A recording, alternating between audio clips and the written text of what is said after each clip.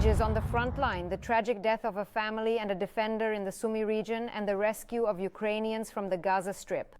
I'll tell you about this and more coming up. It's 6 p.m. I'm Irina Konradchuk, and you're watching TSN Online. Subscribe to our YouTube channel, like this video, and be sure to comment on what you found most interesting. We're getting started.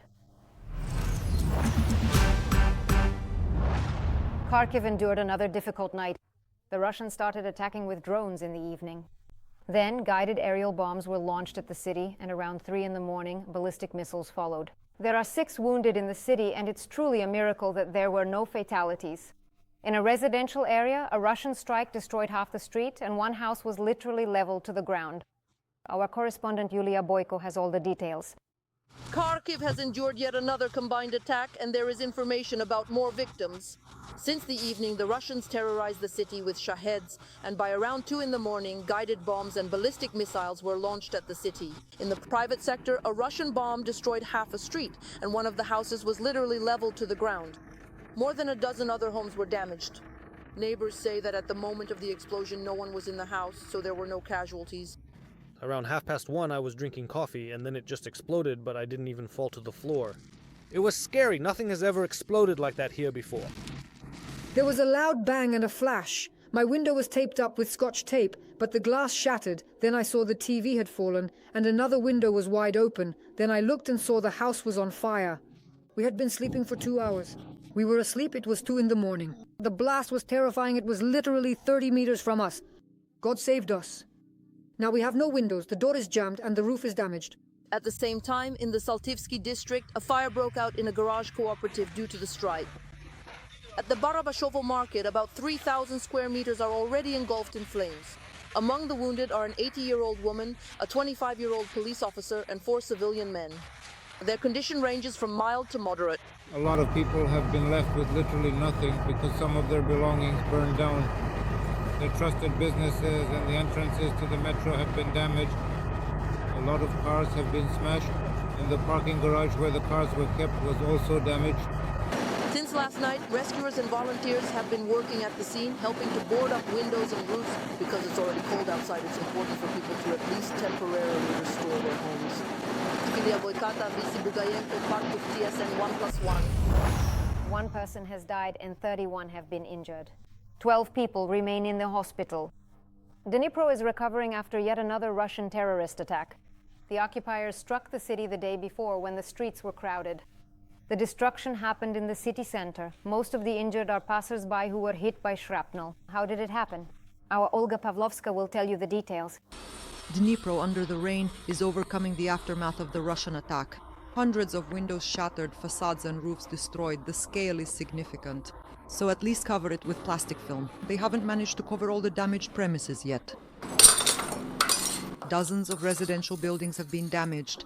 These include both new buildings and pre-revolutionary homes that are over a century old. Significant destruction everywhere. It wasn't just the windows that were shattered, but the walls were destroyed too, says Mrs. Lyudmila. The wall is in pieces. You can see the neighbors, you can see the street. I was at work. The cat was at home, but the cat survived. There are no windows and almost no wall left. Well, the load-bearing walls are still standing. And these interior ones, this house was built in 1900, it's 125 years old. They've lived here all their lives, and now standing among the ruins, the pensioners who live in this building share their stories. Everything was falling, everything was shaking here. Of course, it was terrifying for it to explode like that.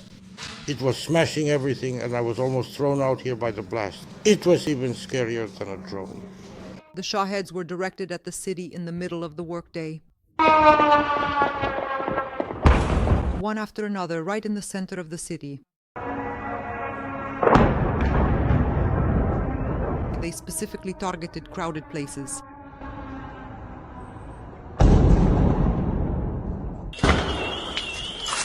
More than 30 people were injured. Among them were pedestrians who were simply going about their business. Among the injured are a 10-year-old boy, a 17-year-old girl, and a young man. 12 people remain in the hospital, but their lives are not in danger. However, the man who was in critical condition after the explosions died in the hospital yesterday, despite all the doctor's efforts. His wife wrote about it on social media. They got married a week and a half ago, and she posted a video of them celebrating their wedding together. As a result of the attack, massive fires broke out. 700 square meters of office building were engulfed in flames. We barely had time to run out of our offices, says Ms. Anna, who is a sales manager for fences. Now she's waiting for permission to go back inside. After the first explosion, we all quickly ran out into the hallway. Then there was another explosion. We covered our ears. It kept booming, and then everyone went outside. We're waiting for information on when we can go back in, whether to get some equipment or whatever else. Yesterday they were putting out the fire. Everything is soaked with water in there. We just don't know.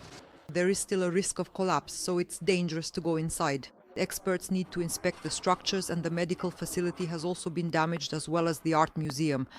The windows and doors there were blown out, but the exhibit survived. For now, they are not accepting visitors. God be with you, we were in the simplest shelter, everything is fine. The exhibits were not damaged. The museum is trying to resume operations as quickly as possible, just like the entrepreneurs who are saving their businesses after the attack. We had armored film on the glass, and that saved both the people who were inside, and basically it reduced the damage caused by those bastards. So everything will be all right. We restored everything very quickly, everything will be fine. The aftermath of the attack is still being dealt with, and the damages are still being calculated. Olga Pavlovska, Sander Kulish, Dnipro SM-1-1. A day of mourning in the Krasnopil community in Sumy region. Today, an entire family killed by Russia is being buried there. A couple, 26-year-old Alona and 35-year-old Oleksandr, and their sons Denis and Yegor, who were 4 and 6 years old.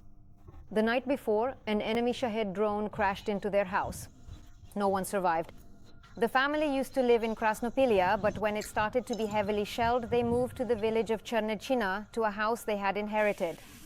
Aliona Lesnichenko was 5 months pregnant and was already preparing things for the birth of twins. Her husband had been serving since 2018 and had just returned on leave. The village of Chernechina is 18 kilometers from the border, but over the past year it had been relatively calm there, so the family bought another house there and were planning to move in the coming days. The family who died will be buried today at the local cemetery. In the occupied Kherson region, the so-called head of the Council of Deputies, Vladimir Leontiev, was eliminated. This information was officially confirmed by Volodymyr Saldo. It happened this morning. Journalist Yuri Butusu showed emotional footage of the liquidation of the main collaborator of Nova Kakhovka.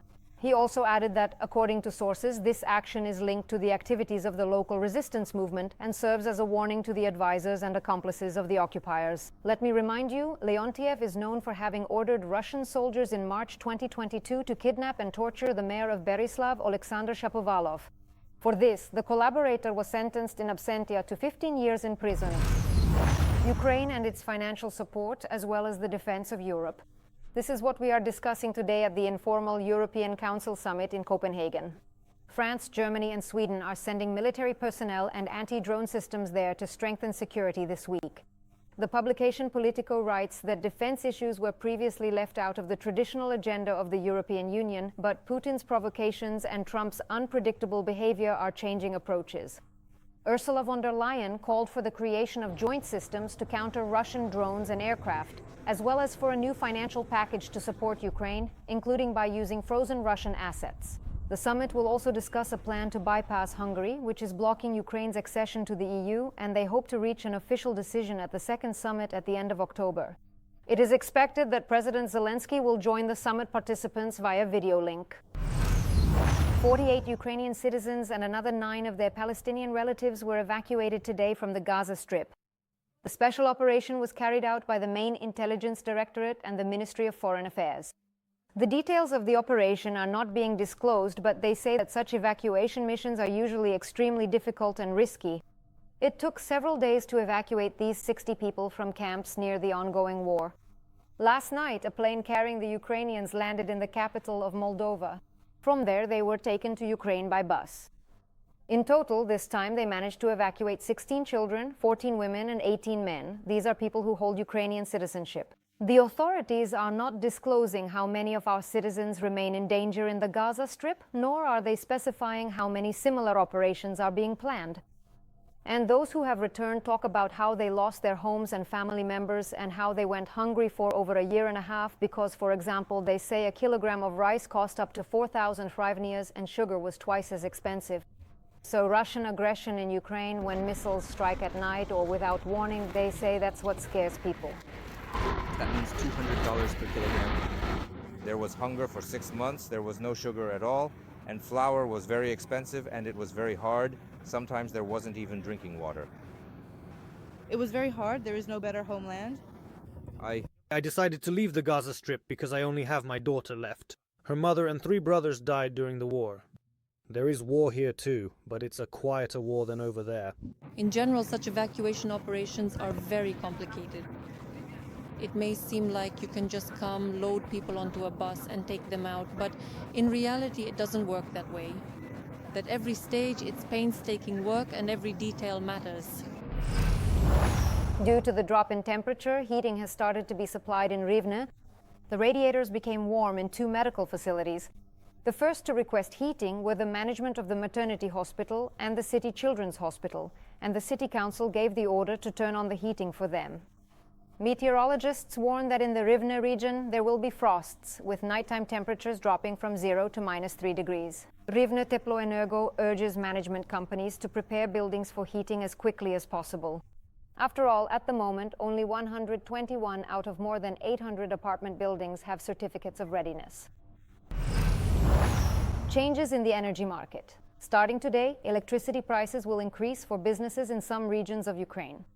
This does not affect household consumers who pay for electricity in apartments and houses. The increase will affect businesses in Zaporizhzhia, Mykolaiv, Sumy, Kharkiv, and Dnipropetrovsk regions. All of this is due to cyclical debts among participants in the energy market. The largest debts are owed to Ukrenergo, and currently energy companies from frontline regions have these debts, the regulator explains. Therefore, to resolve the situation, the National Energy and Utilities Regulatory Commission, NERC, has allowed energy companies in frontline regions to raise electricity distribution tariffs for businesses. With these funds, they plan to pay off old debts and repair the damaged infrastructure. As a result, on average, the tariff for businesses may increase by 17 to 20%. Logically, this could lead to an increase in the prices of goods and services for the end consumer, that is, all of us, and, according to the Federation of Employers of Ukraine, will likely reduce the number of local businesses in these regions.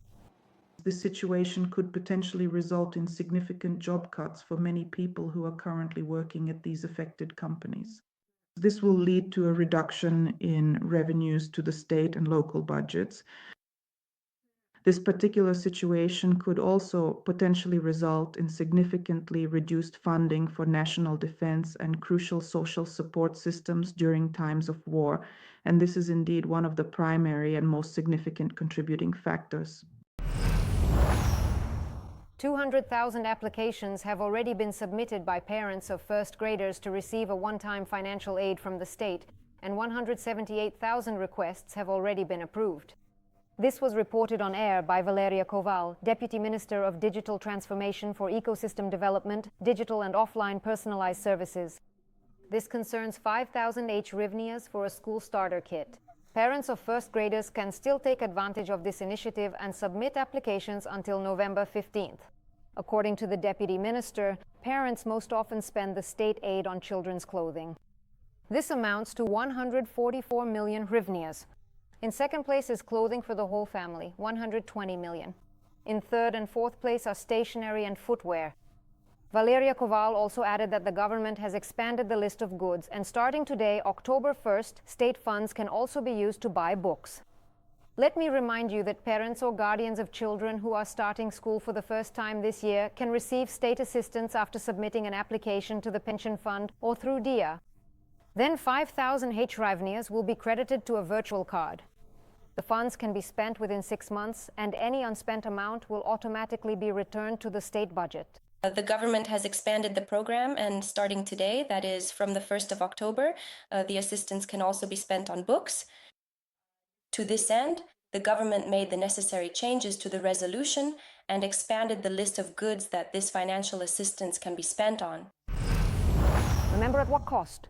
On the occasion of the Day of Defenders and Defendresses, a nationwide remembrance campaign and a personalized moment of silence took place across the country. At 9 a.m., the streets of Kyiv, Dnipro, Kharkiv, Chernihiv, Lviv, and dozens of other Ukrainian cities paused in silent tribute. People held up signs with messages including calls to stop, get out of your cars, and remember the price our defenders are paying for our country. It was not just a minute of silence, but a personalized tribute to each hero for whom every participant in the event stood. Who among your relatives, loved ones, or even just acquaintances did you honor today? And who among yours is still defending all of us now? Write about all of this in the comments under this video and hit the bell so you don't miss our broadcasts. The next one, as usual, is at 7:30 p.m. Stay tuned to STS.